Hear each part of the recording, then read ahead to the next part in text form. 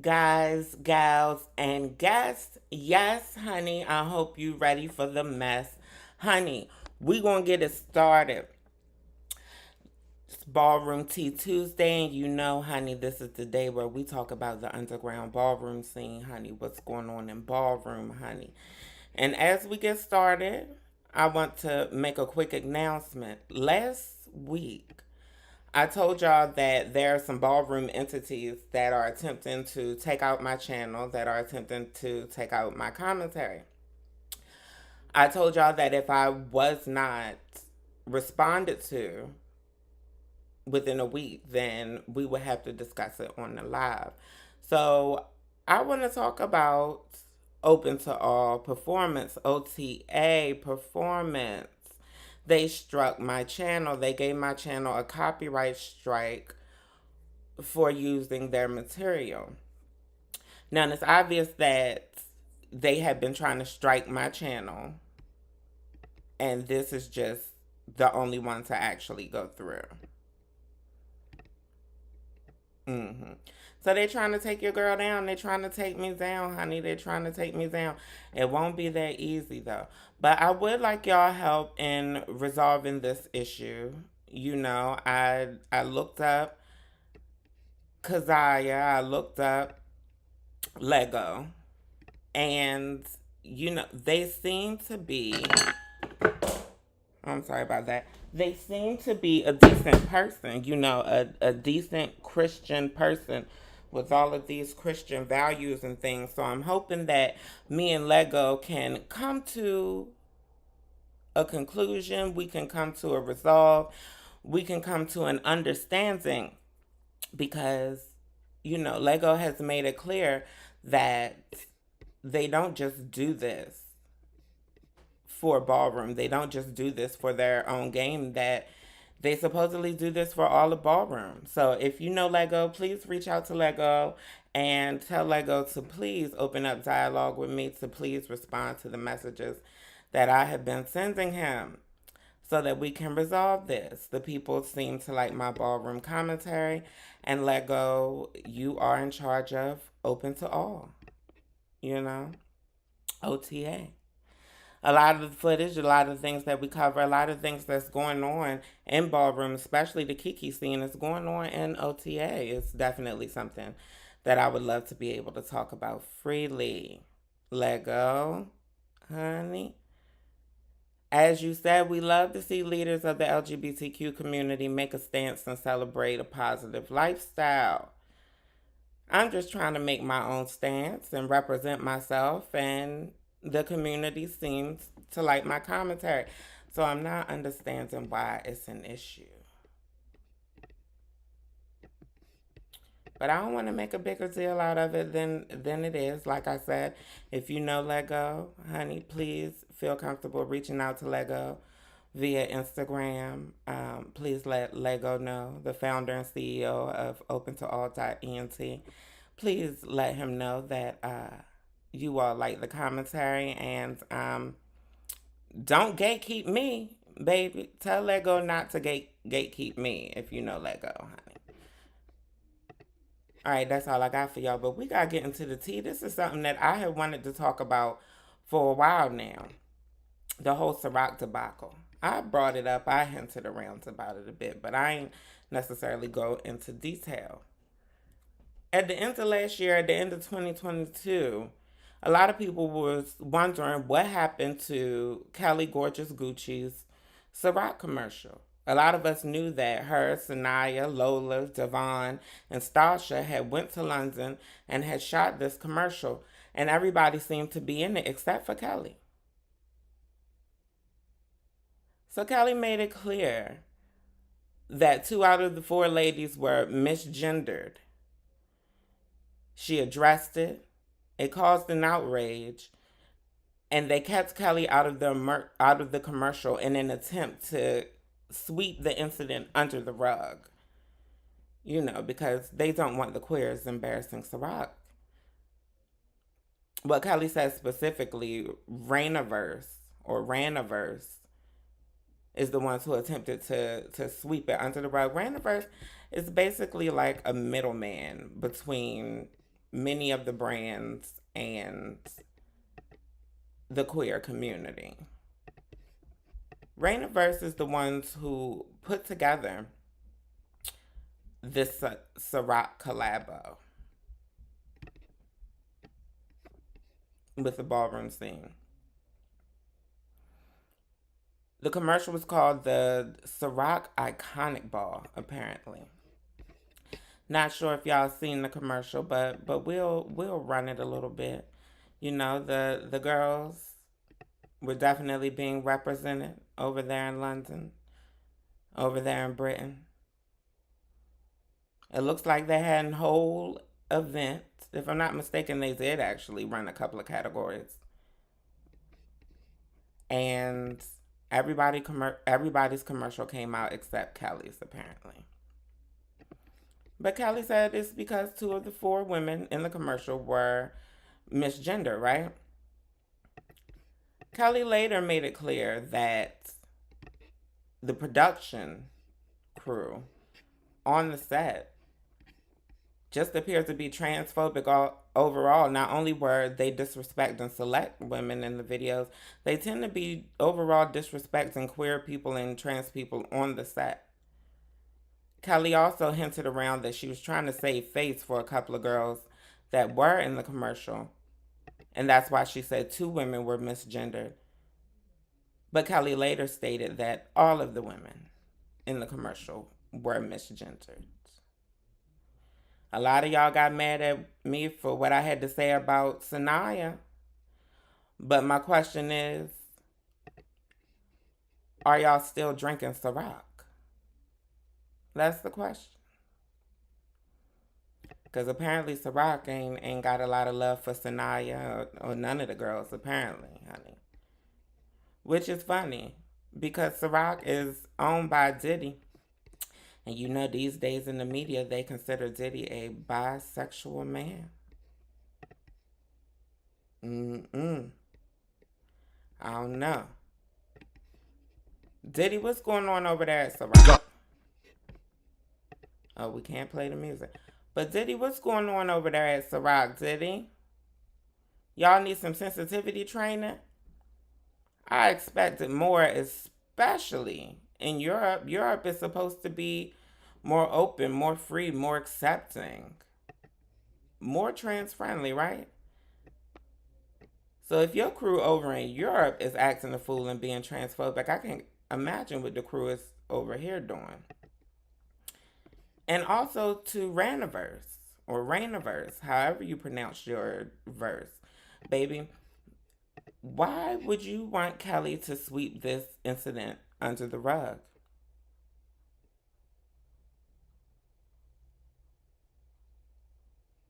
Rainiverse is supposed to be known for diverse and queer equitability, or queer equality. I'm sorry. Yes, yes. Why would y'all want to do that, Rainiverse? Why would y'all want to do that? Let's see who works for Rainiverse. Just curiously. Let's see what their team is looking like. Oh, this is the team. And quite a diverse team. Hey, Rainiverse team, were you all aware of the misgendering and the transphobia going on at the Ciroc commercial? At the Ciroc, the iconic Ciroc ball shoot?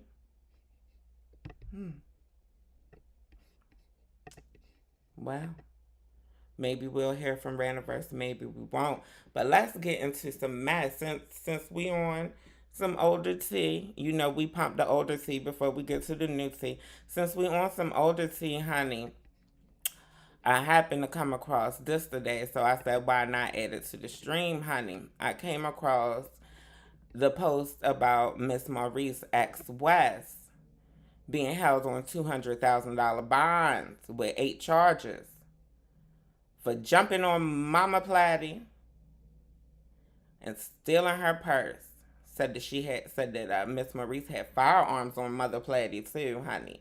Yes, honey. Y'all know Mother Platty, honey. Y'all know Tay West. Yes, honey. Apparently Tay West got attacked by Maurice, honey. Yes, honey. Attacked by the Vogue Femme, honey. This is Maurice X West. This is the person who was incarcerated and locked up on $200,000 bail. Poor thing. Yeah, we got the receipts. You know I'm gonna come with a receipt, honey. If I ain't gonna do nothing, baby, we're gonna see how I receive the information. Yes, Miss Maurice Hudson. Yes, honey. Firearms, carrying, simple assault, reckless endangerment, robbery. Oh, that must have been for the purse. Mother Platty, what kind of purse did Maurice take? We just curious. The girls over here want to know. Honey, yes. Oh, this happens in Philly? Ooh, Chanelica. You was arranged and everything. Miss Maurice. Girl, honey, I'm telling you. Hide your kids, hide your wife, hide your purse, baby. Don't I be telling y'all? Hide your kids, hide your wife, hide your purse. You can't trust nobody. You can't trust your ballroom siblings. Pray on it. Pray for them. Jesus. Maurice, I'm praying for you. Honey, I seen that you was just on Instagram selling somebody some boots. You were just on Instagram selling these people boots and stuff. Do these people know about your charges while you on Instagram selling their boots and stuff, Maurice? I'm just curious. I'm not sure if they want to be associated with, with your brands of thuggery. You know? But hey, that ain't my business. I'm just here to report the news, not make it. All right, baby. Now, honey, baby. Now we about to get into some tea. We about to get into some new tea, honey.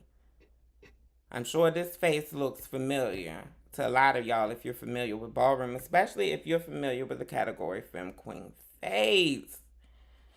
Mother Jazell Tishy, overall Mother Jazell Tishy, Femme Queen Face ruler, honey. Well, Kelly got something to tell y'all about Mother Jazell Tishy.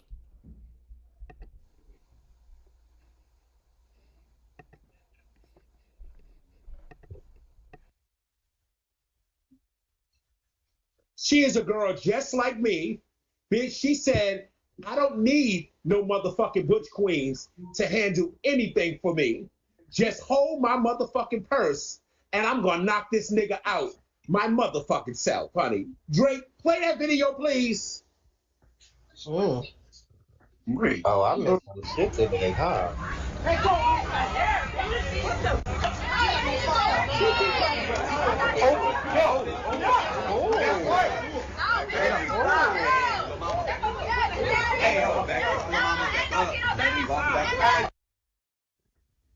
Roll it again. That was her fighting? Wait, Kelly, hold on.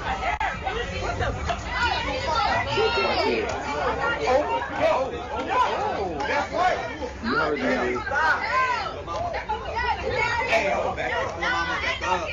that. Oh.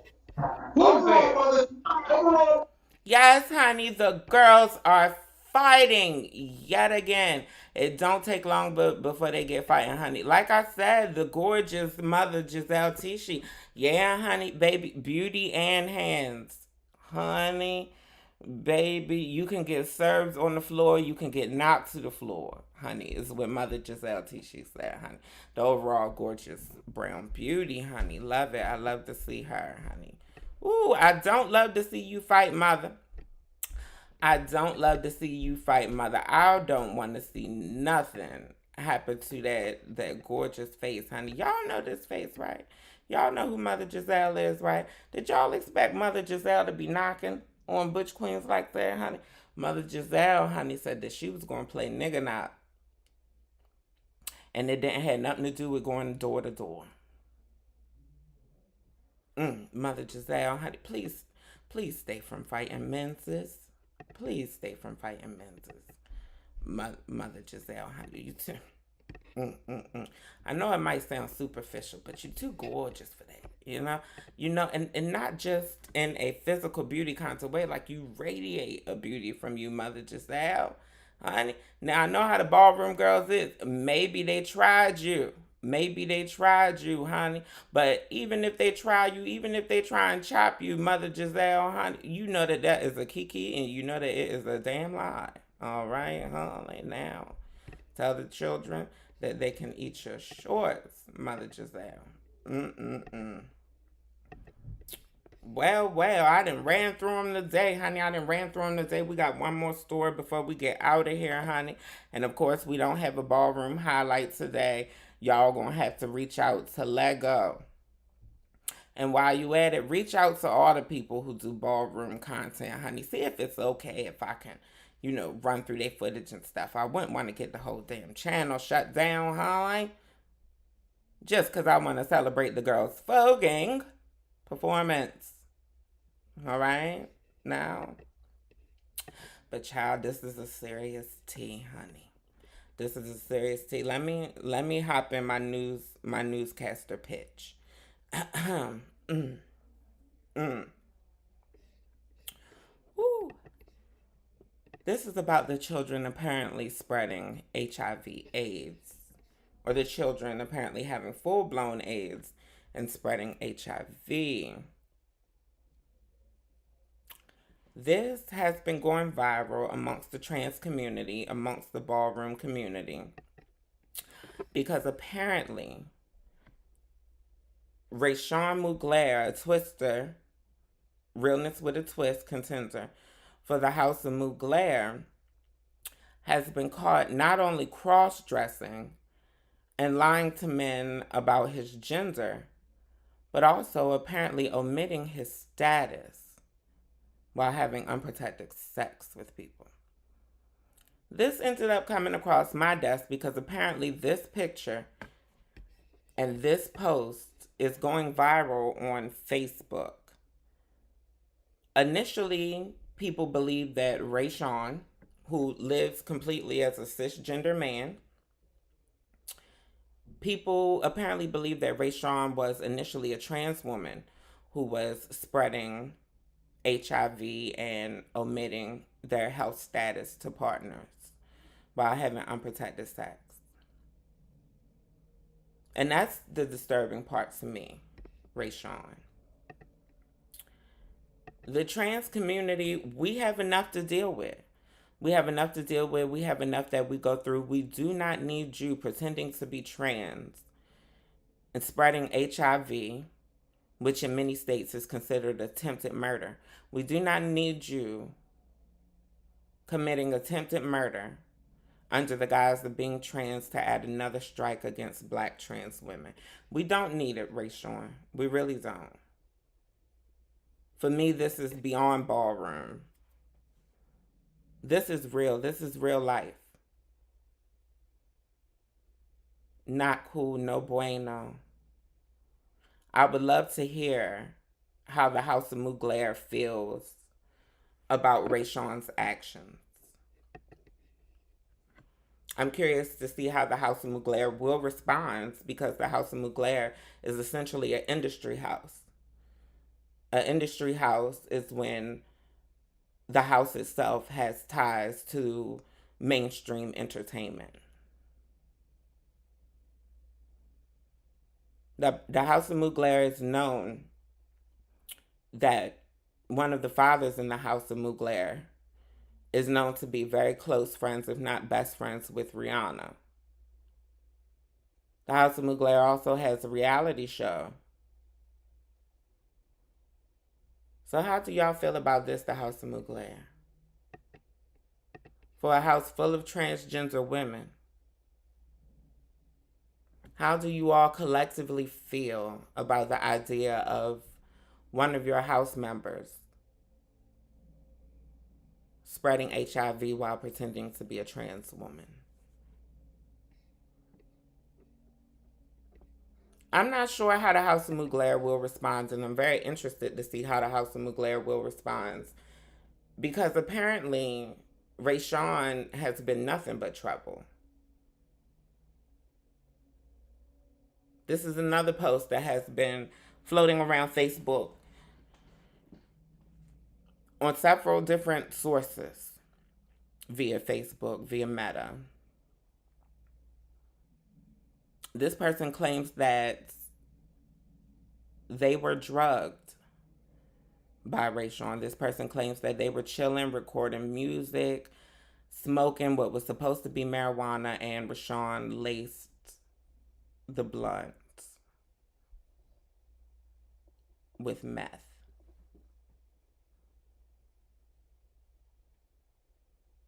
I'm telling this story because I want to warn all of my ballroom kids that you have to keep your eyes open. You have to be wary. And you have to be prepared. Even around your house family. A lot of house family can't be trusted. A lot of people who are in the house don't share the same values as you. Be safe out here. And again, House of Mugler, how do y'all feel about these accusations against Rayshawn? Are they true? Are they not true? Is this all fake news?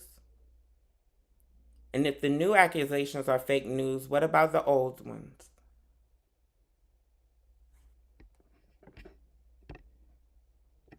I thought I was going to have more time for y'all this evening, baby. I thought I was going be in here a little longer. I'm sorry to disappoint all the people who was expecting me to be a little longer. But I got the tea to y'all quick tonight, honey. If you follow me on social media, then you know I've been spending a lot of emotional energy in addressing this whole just hilarious bullshit. Not to mention the emotional energy that I've spent regarding this whole ballroom wanting to exclude me from doing ballroom commentary. And when I say ballroom, I'm just referring right now to Lego. I am aware that Lego has not been the only person to report my videos. Lego is not the only ballroom entity to be upset at the fact that I had this platform and that people appreciate my perspective on ballroom. So far, Lego has been the only one who has successfully gotten a strike against my channel. And of course, I have to blame myself. But like I said, again, if you know Lego, let me pull his picture back up on the screen. As I said before, if you know Lego, if you're familiar with Lego, if you go to OTA, like I said, if you know Lego, if you're familiar with Lego, if you attend OTA, please have him reach out to me. I don't need you to do any speaking for me. I appreciate it, but I don't need it. I'm pretty good at speaking for myself. I would just love Lego to respond so that we can develop some type of rapport and understanding. And if it is the case that Lego doesn't want me to use OTA footage, then I'll just have to handle it from there. But Lego, I will say that if you don't want me to use OTA footage, if you don't want me to profit from what you do for ballroom, it's not very Christian of you. It's not. I understand it. You know, you're thinking very capitalist, very white man. I get it. But it's still not very Christian. It's not very ballroom. The community is supposed to be for all of us. Or so I thought.